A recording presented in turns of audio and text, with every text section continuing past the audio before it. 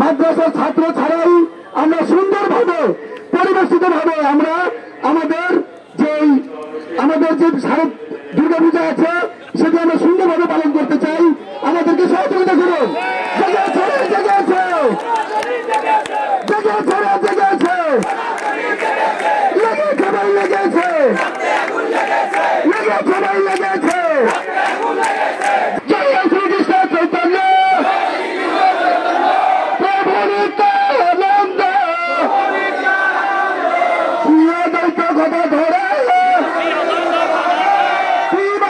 গৌর ভক্তবৃন্দ হরে কৃষ্ণ কৃষ্ণ কৃষ্ণ হরে হরে হরে রাম রাম রাম হরে হরে হরে কৃষ্ণ কৃষ্ণ কৃষ্ণ হরে হরে হরে রাম রাম রাম হরে হরে। সবাইকে অনেক অনেক রক্তাক্ত শারদের শুভেচ্ছা। কিছুক্ষণ আগে আমাদের লক্ষ্মীপুরের রামচরণদের বাড়িতে আগুন ধরিয়ে দেওয়া হয়েছে এবং প্রতিমা ভাঙচুর হয়েছে। আপনারা জানেন কিনা জানি না, বিকাল 3টায় আমাদের সেখানে রামচরণদের বাড়িতে লক্ষ্মীপুরের একটি প্রতিমা দুর্গা মার ভাঙচুর হয়েছে।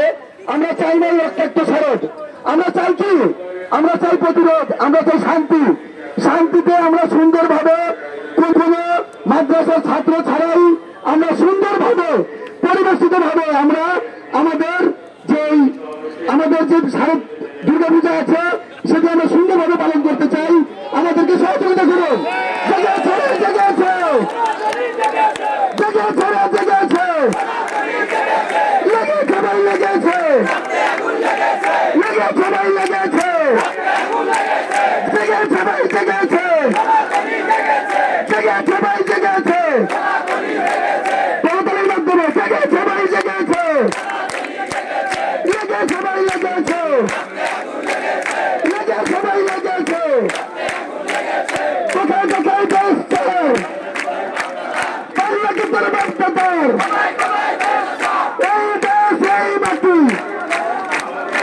সবাইকে রক্তাক্ত শারদের অনেক শুভেচ্ছা।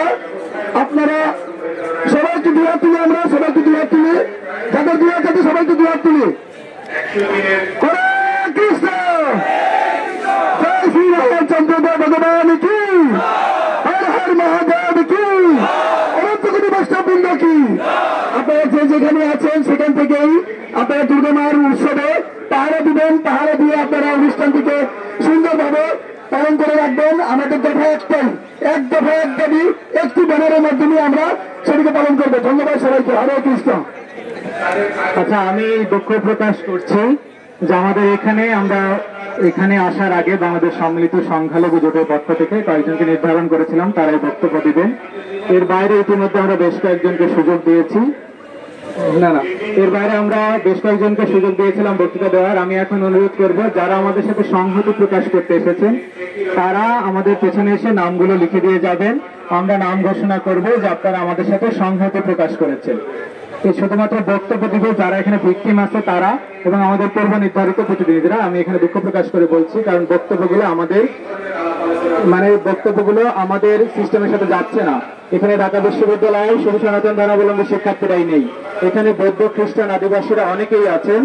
শুধুমাত্র এক কেন্দ্রিক বক্তব্য বা স্লোগান দেওয়া যাবে না, এটা আমরা বারবার নিষেধ করেছিলাম, কিন্তু কেউ শোনেননি। এই জন্য দুঃখ প্রকাশ করে আমি বক্তব্যের সেশন বন্ধ করে দিচ্ছি। এখন শুধুমাত্র যারা ভিকটিম আছেন তারা বক্তব্য দিতে পারবেন। একই সাথে কেউ যদি আমাদের সাথে সংহতি প্রকাশ করতে চান, আমি সেই সংহতি প্রকাশকদের নাম আমার কাছে সে লিখিতভাবে দিয়ে যাবেন। তাদের সংহতি প্রকাশের ঘোষণা আমরা ঘোষণা মঞ্চ থেকে দেব এবং সন্ধ্যা 6টায় আমরা মশাল মিছিল করব। আমরা এখান থেকে টিএসসি হয়ে রামনা মন্দির পর্যন্ত যাব মশাল মিছিল নিয়ে। সকলকে অনুরোধ করছি ধৈর্য ধরে অপেক্ষা করার জন্য। আইনের নামে আইন শৃঙ্খলা রক্ষার নামে যে সমস্ত আইন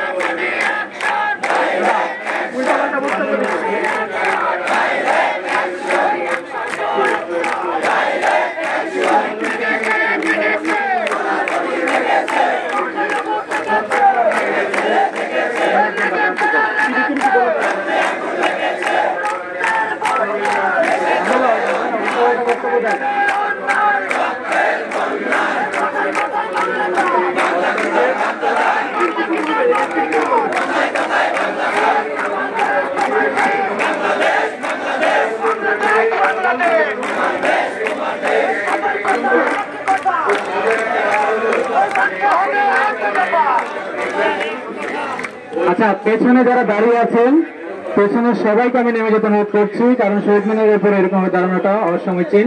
আপনারা নেমে গিয়ে সামনে দাঁড়ান, পেছনে এত লোক দাঁড়ানোর কোনো প্রয়োজন নেই, কারণ এটা এবং অনেকে জুতা পরে উঠেছেন। আমি বিনীতভাবে অনুরোধ করবো শহীদ মিনার প্রাঙ্গণ থেকে আপনারা নিচে নেমে যান, শহীদ মিনারের মূল বেদি থেকে আপনারা নিচে নেমে আসুন। এখন আমাদের মাঝে কিছু তিক্ত অভিজ্ঞতা শেয়ার করবেন এই সাম্প্রদায়িক হামলার শিকার হয় একজন ভুক্তভোগী, আমরা তার মুখ থেকে শুনবো।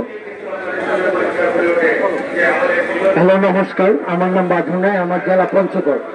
গত 5 তারিখে সরকার পতনের পর কিছুক্ষণ বা আধা ঘন্টা 1 ঘন্টা পরেই আমাদের বাসায় কিছু দল লোক আসে, আমাদের বাসায় অতর্কিত হামলা করে এবং বিভিন্ন ট্যাগ লাগিয়ে আমাদের বাসার A to Z যত কিছু আছে সরঞ্জাম সহ শুরু করে মন্দির এবং মন্দিরের সরঞ্জাম সহ সবকিছু একবারে ভেঙে দিয়ে যায়। এবং কি পরবর্তীতে বিভিন্ন ধরনের আপনাদের করা হয়, মানে ট্যাগ লাগিয়ে আমাদের ভয়ভীতি দেখানো হয় এবং কি চাঁদা আদায় করার চেষ্টা করা হয়। এর পরিপ্রেক্ষিতে আমরা নিজেরাই এবং আমাদের গ্রাম একসাথে হয়ে আমাদের সবাইকে একত্রিত হয়, আমরা এইটাকে লুকাই এবং কি পরবর্তী আমাদের যে কেন্দ্রীয় মন্দির আছে এই মন্দিরে বিভিন্ন হামলার জন্য আমরা আভাস পাই। এর পরিপ্রেক্ষিতে কি করি, আমরা সারা রাত এই মন্দির পাহারা দিই।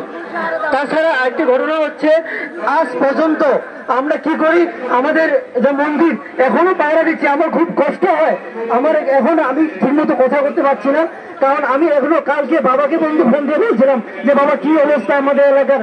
তিনি বলছিল যে বাবা দেখো আমাদের মন্দির এখন পর্যন্ত পাহারা দেওয়া হচ্ছে, দিন রাত 24 ঘন্টা আমরা সেভাবে পাহারা দিচ্ছি। আমার কথা হচ্ছে এই সোনার বাংলা এসব কেন, আমাদের সংখ্যালঘুদের উপর এসব আক্রমণ এবং বিভিন্ন নির্যাতন কেন হচ্ছে? আমার প্রশ্ন এখানে, এটার কি সুষ্ঠু বিচার নেই? আমরা কি এই বিচারটা কি পাবো না? আমার কথা হচ্ছে এটাই, আমার সুষ্ঠু বিচার চাই, এটাই হচ্ছে কথা। নমস্কার, আর কিছু বললাম। ধন্যবাদ ভাইকে, সেটা তিক্ত অভিজ্ঞতা শেয়ার করলো। আচ্ছা, আমি যেহেতু এখানে দাঁড়ানো আছি, অনেকেই এখানে বিভিন্ন সংগঠন থেকে এসেছেন, আমরা তারা বক্তব্য কথা বলতে যাচ্ছেন। আমি জানি সবার মনেই অনেক কষ্ট আছে, অনেক দুঃখ আছে, সবাই সেগুলো ব্যক্ত করতে চান।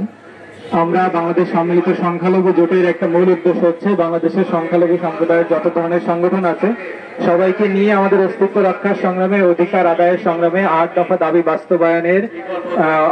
বাস্তবায়নের সংগ্রামে একসাথে ঐক্যবদ্ধভাবে কাজ করব। সেই ডাকে সাড়া দিয়েই আজকে অনেকেই উপস্থিত হয়েছেন। তাদের